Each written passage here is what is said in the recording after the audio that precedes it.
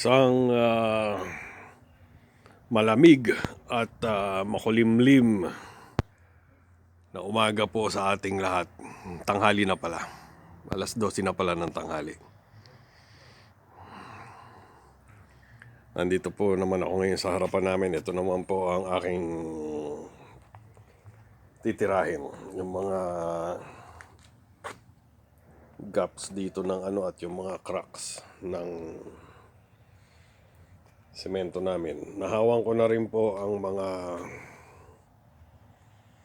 halaman, natatamaan. Ayun, yung iba po nandoon. Ito, nandyan. Ito naman po, galing dun sa kabilang side. Dito ko muna inilagay. Maglalabas pala ng garbage ngayon. At ang kasalukuyan po namin temperature ngayon ay ganun pa rin, walang pagbabago.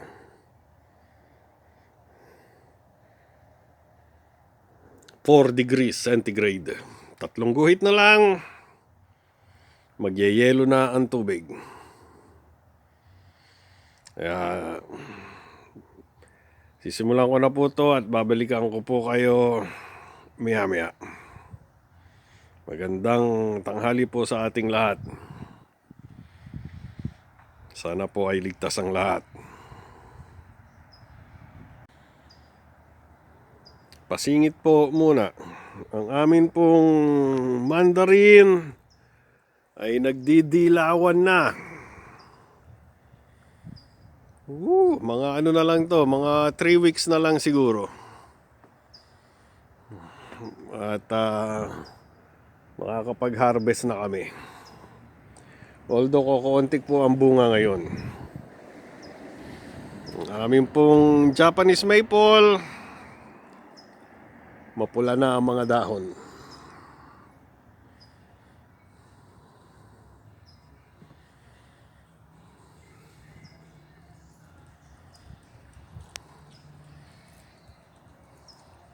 Tatlong araw na pong ganyan ang aming langit.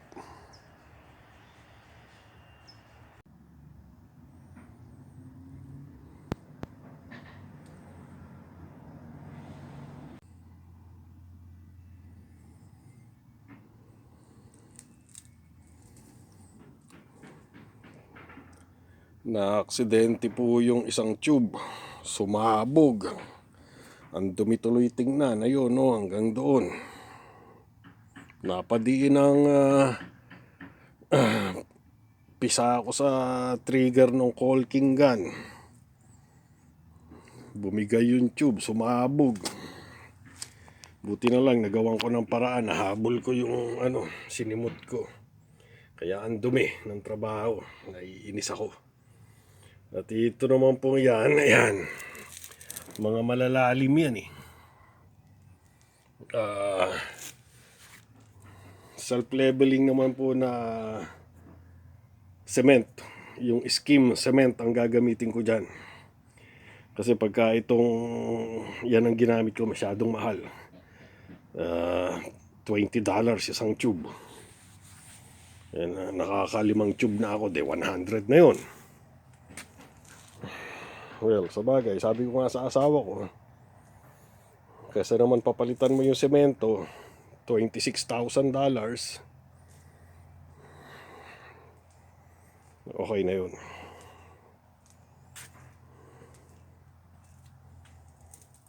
Kasi yung mga mabababaw, yung synthetic ang ginagamit ko. Pero yung mga malalalim, katulad nyan, kasi didiretso sa ilalim ang nyan yung liquid sayang lang.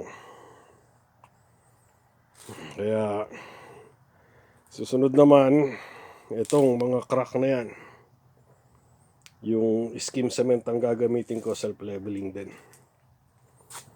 At checkin ko muna ang weather at baka ako iabuti ng ulan. Kaya tatapusin ko po ito pagka po sinisimulan ko na yung semento.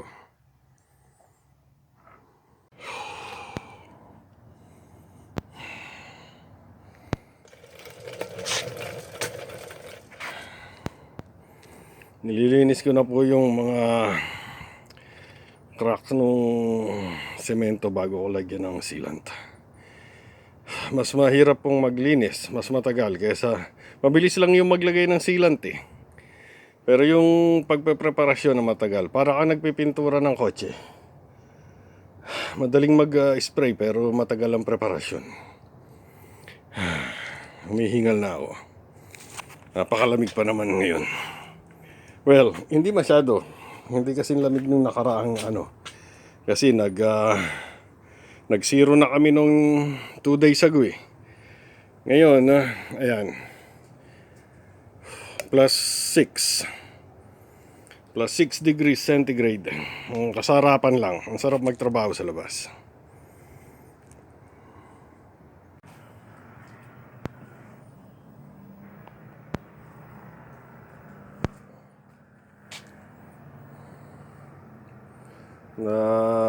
Nalinis ko na po, na-blower ko na. Nalagyan ko na rin ng bakerad. Mimix na ako ng aking ano ba tawag doon? Self-leveling skim cement. First time kong gagawin. Sana hindi mabulilyaso. Maraming magtatanong na naman dyan, saan mo natutunan yan? Napanood ko lang po yung mga yan sa YouTube. At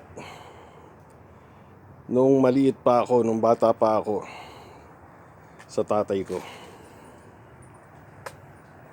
Okay, babalikan ko po kayo. Magtitimpla na po ako ng semento.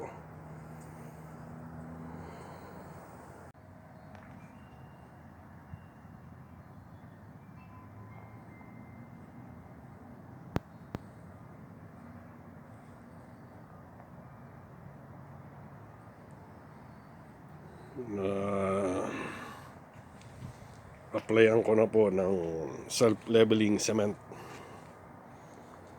At magre-retouch na lang pagka tuyo. Mabilis naman matuyo, pa-setting siya. 3 hours tuyo na. Doon sealant ang ilalagay ko doon kasi expansion gap yan eh. Kailangan kasi yung sealant, yung isa, ito, hindi po yan semento, sealant yan, synthetic. Pag gumalaw ang semento, na compressible yan. Hindi katulad nitong nilagay ko na yan, semento yan, ito po yan. Haluan nyo ng epoxy. Diyan ko minimix. Yan.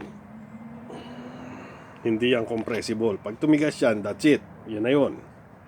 Hindi katulad nung isang nilagay ko na yun na sealant na compressible. Kaya pagka gumalawang mga expansion joint po ang tawag dyan eh.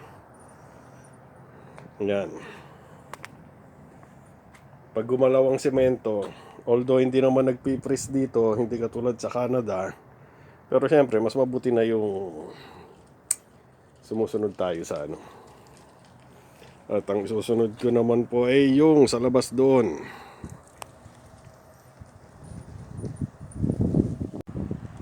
Ito, medyo matindi-tindi ang ano dito.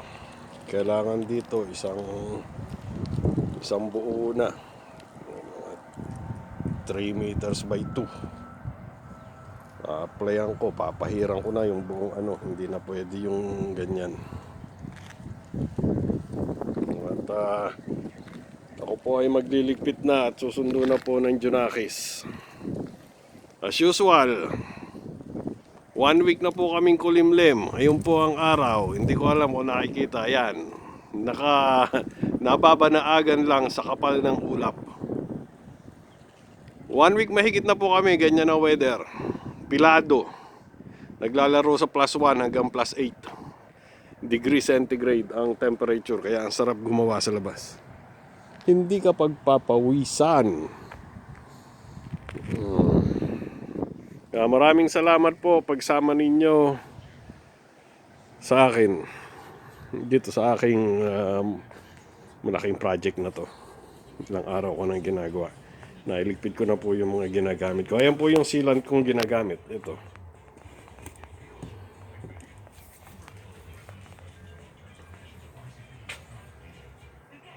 Mag-ingat po tayong lahat at ingatan po natin ang bawat isa at huwag po tayong makakalimot magpasalamat sa mga biyayang natatanggap. Mabuhay po tayong lahat.